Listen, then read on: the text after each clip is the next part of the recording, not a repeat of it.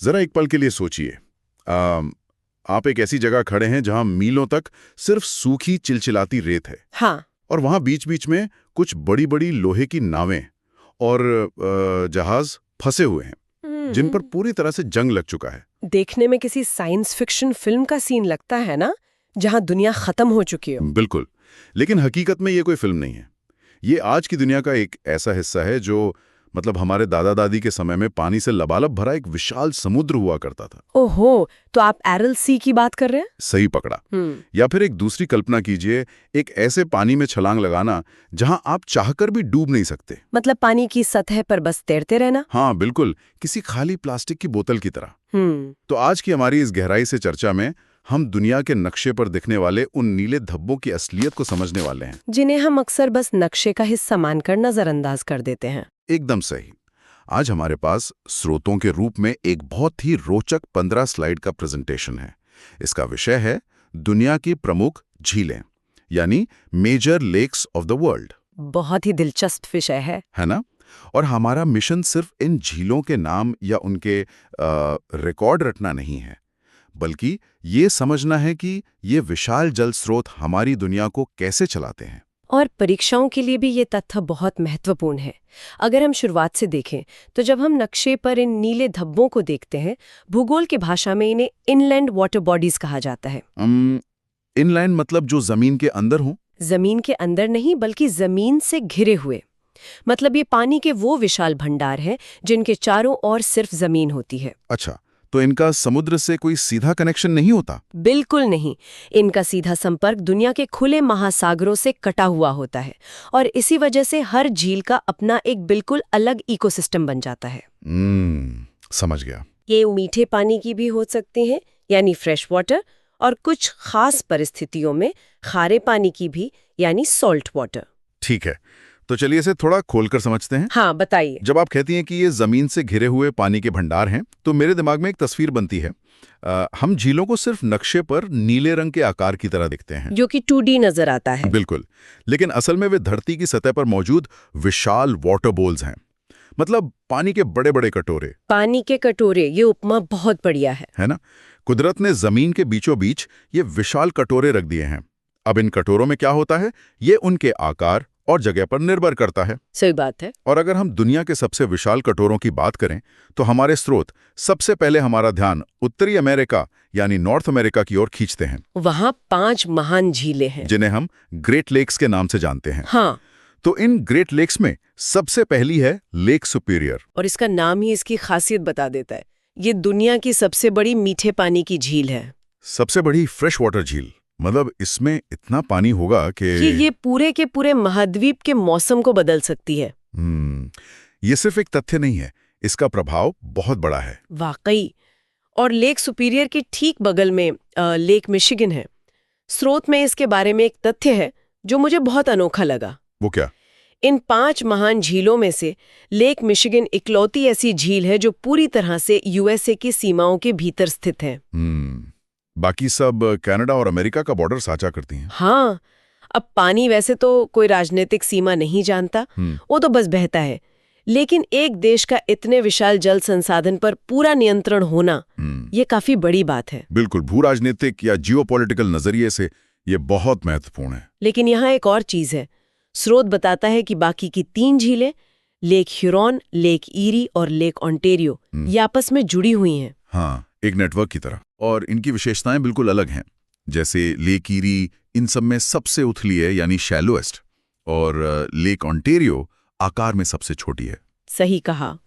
तो मेरा सवाल यह है कि चूंकि ये जुड़ी हुई हैं, तो क्या इसका मतलब यह है कि ये एक विशाल प्राकृतिक प्लम्बिंग सिस्टम की तरह काम करती हैं? प्लम्बिंग सिस्टम मतलब जैसे हमारे घरों में पाइप एक टैंक से दूसरे टैंक में पानी ले जाते हैं, क्या यहाँ भी पानी एक झील से दूसरी झील में बस यूं ही बहता है?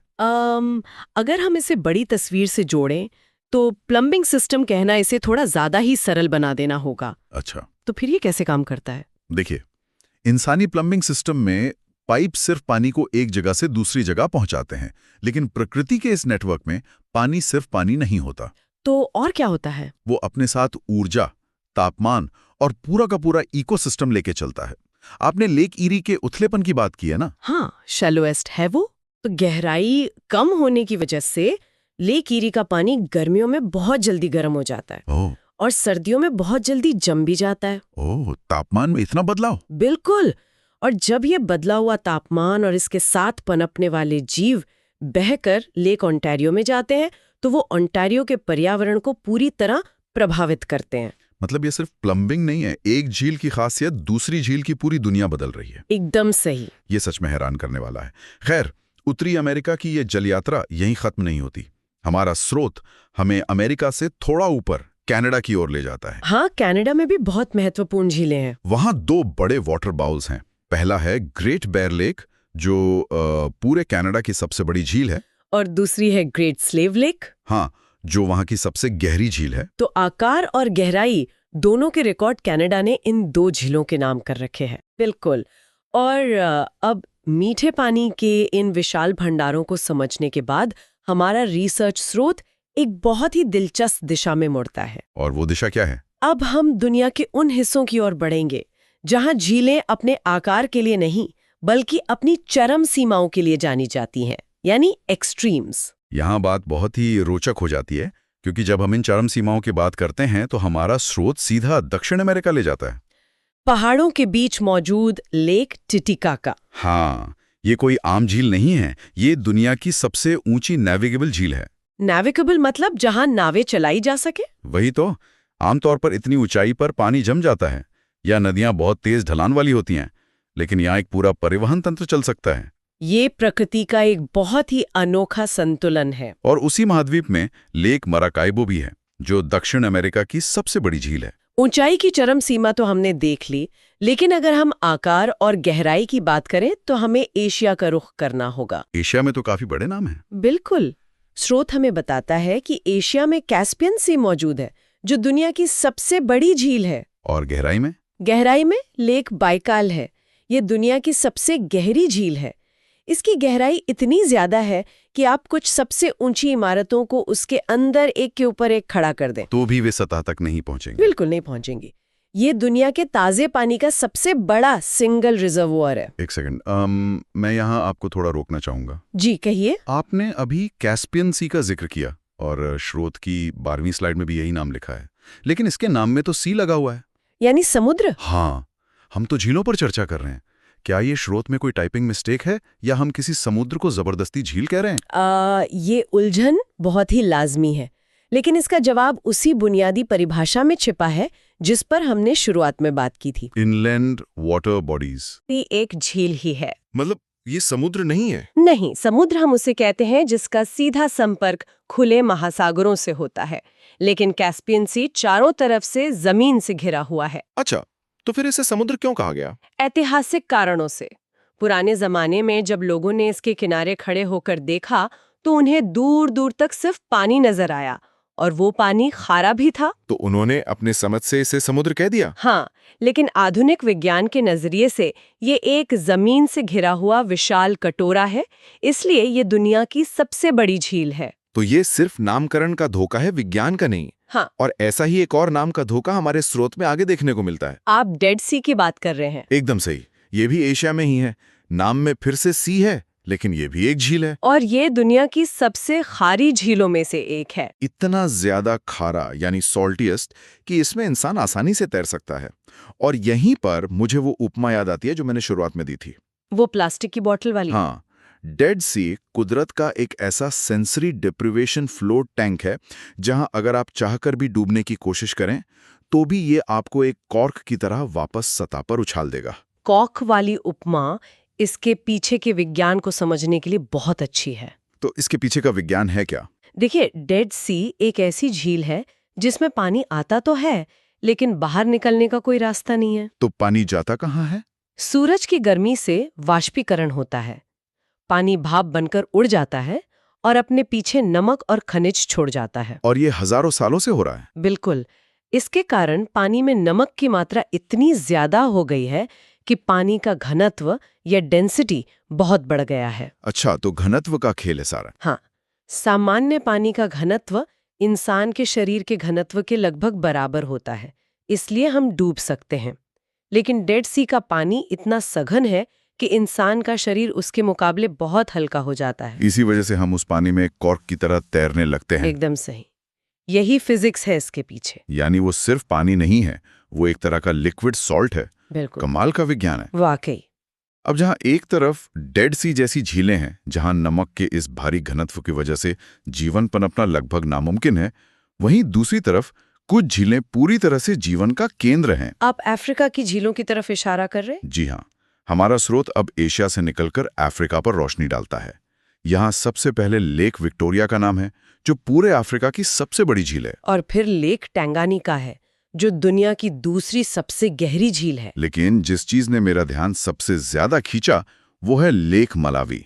स्रोत विशेष रूप से बताता है कि यहाँ सबसे अधिक जैव विविधता यानी बायोडायवर्सिटी पाई जाती है। वहाँ मछलियों की अनगिनत प्रजातियां हैं। मतलब ये सच में जीवन का एक उबलता हुआ केंद्र है। ऐसा क्यों है? लेक मलावी का ये बायोडायवर्सिटी हॉटस्पॉट होना एक भौगोलिक घटना का नतीजा है, जब कोई झील लाखों सालों तक बाकी दुनिया के जल स्रोतों से कटी रहती है। क्योंकि वो इनलैंड होती हैं। हाँ, तो वो एक प्राकृतिक प्रयोगशाला यानी एवोल्यूशनरी लैब बन जाती है। एवोल्यूशनरी लैब, ये दिलचस्प है। वहाँ मछलियाँ, खास तौर पर सिक्लिड मछलियाँ, बाहरी दुनिया के दखल के बिना लाखों सालों तक अपने ही तरीके से विकसित होती रहीं। उन्होंने खुद को उसी झील के हिसाब से ढाल लिया। बिल्कुल, झील की हर गहराई और चट्टान के हिसाब से। इसीलिए वहाँ इतनी विविधता है जो शायद किसी खुले समुद्र में भी ना मिले। ये तो ऐसा है जैसे कुदरत ने जमीन के बीच में एक अलग ही ग्रह बना दिया हो। सही कहा। लेकिन हमारे स्रोत में इस कहानी का एक दूसरा और काफी चिंताजनक पहलू भी है। सिकुड़ती हुई झीलों का पहलू। हाँ, स्रोत हमें सिर्फ ये नहीं बताता कि झीलें कितनी विशाल या गहरी हैं, वो ये भी दिखाता है कि वे कितनी नाजुक हैं। इसी अफ्रीका में एक और झील है, लेक चैड। और इसके साथ जो तथ्य है वो डराने वाला है। ये श्रिंकिंग है, यानी सिकुड़ रही है, तेजी से सूख रही है। और ये सिकुड़ने का सिलसिला सिर्फ अफ्रीका तक सीमित नहीं है। हमने शुरुआत में अरल सी का जिक्र किया था। हाँ, एशिया की अरल सी, जहां कभी जहाज चलते थे वहां अब मीलों तक सूखी रेत है। और फिर ऑस्ट्रेलिया की लेक एयर भी है, जो पूरे ऑस्ट्रेलिया की सबसे बड़ी झील है। लेकिन स्रोत कहता है कि ये अक्सर सूखी ही रहती है। अब यहाँ मेरे दिमाग में एक बहुत बड़ा सवाल आ रहा है। बताइए। हम इंसान आमतौर पर झीलों को एक बहुत ही स्थायी चीज मानते हैं। हमें लगता है कि जो चीज नक्शे पर इतनी बड़ी है वो हमेशा वैसी रहेगी। ये एक आम गलतफहमी है। तो जब हम लेक चैड या अरल सी के सिकुड़ने की बात करते हैं, तो क्या ये वैसा ही है जैसे बारिश के बाद सड़क पर बने किसी गड्ढे का धूप में सूख जाना? इससे एक महत्वपूर्ण सवाल उठता है, लेकिन इसका जवाब है नहीं। ये किसी गड्ढे के सूखने जैसा बिल्कुल नहीं है। तो फिर क्या अंतर है? दोनों में पानी तो सूख रहा है। देखिए, सड़क का गड्ढा सूखना एक बहुत ही स्थानीय घटना है, लेकिन जब लेक चैड जैसी विशाल झीलें सिकुड़ती हैं तो ये एक बहुत बड़े पर्यावरणीय सिस्टम के चरमराने का संकेत है। मतलब पूरा इकोसिस्टम क्रैश हो रहा है। हाँ, झीलों में पानी दो तरह से संतुलित रहता है। नदियों या बारिश से पानी अंदर आता है और वाष्पीकरण से पानी बाहर जाता है। तो बैलेंस बिगड़ क्यों रहा है? क्लाइमेट चेंज की वजह से बारिश कम हुई है और तापमान बढ़ा है, लेकिन इससे भी बड़ा कारण है इंसानी दखलंदाजी। इंसानों ने क्या किया वहां? इन झीलों में पानी लाने वाली नदियों को खेती और सिंचाई के लिए मोड़ दिया गया। नतीजा ये हुआ कि वाष्पीकरण तो होता रहा, लेकिन नया पानी आना लगभग बंद हो गया। बाप रे, तो झील ने सूखना शुरू कर दिया। और जब एक विशाल झील सूखती है तो वो सिर्फ पानी नहीं खोती, वो अपने आसपास के हवा की नमी खो देती है। वहां का पूरा माइक्रो क्लाइमेट बदल जाता है। हरियाली रेगिस्तान में बदल जाती है। बिल्कुल। और रही बात ऑस्ट्रेलिया की लेक एयर की, तो वो एक एफेमरल यानी अल्पकालिक झील है। इसका क्या मतलब हुआ? यह एक सूखे इलाके में है। जब कभी भारी बारिश होती है तो ये कुछ महीनों के लिए पानी से भर जाती है और फिर वापस एक विशाल नमक के मैदान में बदल जाती है। मतलब वो जो नीले धब्बे हमें नक्शे पे दिखते हैं वे पत्थर पर खींची गई लकीरें नहीं हैं, वे लगातार बदल रहे हैं। और कुछ तो हमेशा के लिए मिट रहे हैं। ये वाकई सोचने वाली बात है। खैर, इस भारी विषय से आगे बढ़ते हुए हमारी इस यात्रा का आखिरी पड़ाव यूरोप है। हाँ, यूरोप की झीलें। स्रोतों के अनुसार यूरोप में सबसे बड़ी झील लेक लडोगा है और दूसरी सबसे बड़ी झील लेक ओनेगा है। सही है। तो आज हमने अमेरिका से शुरुआत की, कनाडा, दक्षिण अमेरिका, एशिया, अफ्रीका, ऑस्ट्रेलिया और अब यूरोप की झीलों के तथ्य जान लिए। एक पूरा वर्ल्ड टूर हो गया। बिल्कुल। लेकिन तो इस सब का असल मतलब क्या है? जब कोई इंसान इतनी सारी झीलों के रिकॉर्ड दिखता है तो वो इन सबको याद कैसे रखे? इसके लिए स्रोत की 15वीं स्लाइड बहुत काम की है। हाँ, उसमें कुछ रिवीजन ट्रिक्स दी गई हैं, जैसे सबसे बड़ी कैस्पियन सी, सबसे गहरी लेक बाइकाल, सबसे ऊंची लेक टिटिकाका। सबसे बड़ी फ्रेश वाटर लेक सुपीरियर और अफ्रीका की सबसे बड़ी लेक विक्टोरिया। मेरा सवाल यह है कि क्या ये महज रटने वाली जानकारी है या इसे देखने का कोई और बेहतर नजरिया भी हो सकता है? ये महज परीक्षाओं में नंबर लाने का शॉर्टकट नहीं है। इसे इस तरह से देखना चाहिए कि ये तथ्य हमारे पृथ्वी को समझने के मेंटल एंकर्स हैं। Mental anchors? वो कैसे? जब आप याद रखते हैं कि लेक सुपीरियर सबसे बड़ी मीठे पानी की झील है, तो आप असल में ये याद रख रहे हैं कि पृथ्वी का पीने लायक पानी किस पैमाने पर मौजूद है। अच्छा, इस तरह से। और जब आप लेक बाइकाल की गहराई याद रखते हैं, तो आप जमीन के नीचे चल रही टेक्टोनिक प्लेट्स के हलचल को समझ रहे होते हैं, जिन्होंने जमीन को फाड़कर इतनी गहरी खाई बना दी। और टिटिकाका की ऊंचाई ये बताती है कि जीवन कितनी कठिन परिस्थितियों में भी पनप सकता है। बिल्कुल, ये सभी तथ्य पृथ्वी की ताकत और उसकी जटिलता के सीधे सबूत हैं। ये नजरिया वाकई इस पूरी जानकारी को देखने का तरीका बदल देता है। तो आज के इस दिलचस्प सफर में हमने सच में एक ही स्रोत से पूरी दुनिया का चक्कर लगा लिया।